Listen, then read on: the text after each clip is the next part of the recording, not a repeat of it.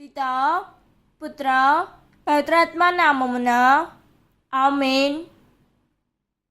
ఈరోజు దేవుని వాగ్దానం,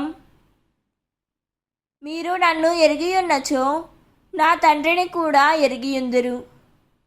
ఇక నుండి మీరు ఆయనను ఎరుగుదురు, మీరు ఆయనను చూచి ఉన్నారు అని పలికెను.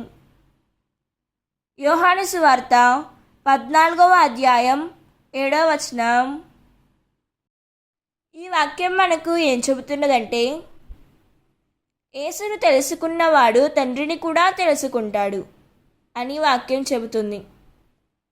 మరి ఎందుకు మనం యేసును తెలుసుకున్నట్లుగా, ఆయన మార్గంలో నడుస్తున్నట్లుగా జీవిస్తున్నాం? దేవుడు ఈ వాక్యం వింటున్న ప్రతి ఒక్కరిని దీవించునుగాక. ప్రార్థన. ప్రభువైన యేసయ్య, నిన్ను నిజంగా తెలుసుకొని నీ ద్వారా పరలోక తండ్రిని అనుభవించినట్లు నా హృదయాన్ని మార్చుము తండ్రి. యేసయ్య, నీ చిత్తముతో నడిచే కృపను అనుగ్రహించుము తండ్రి. ఆమేన్. God bless you.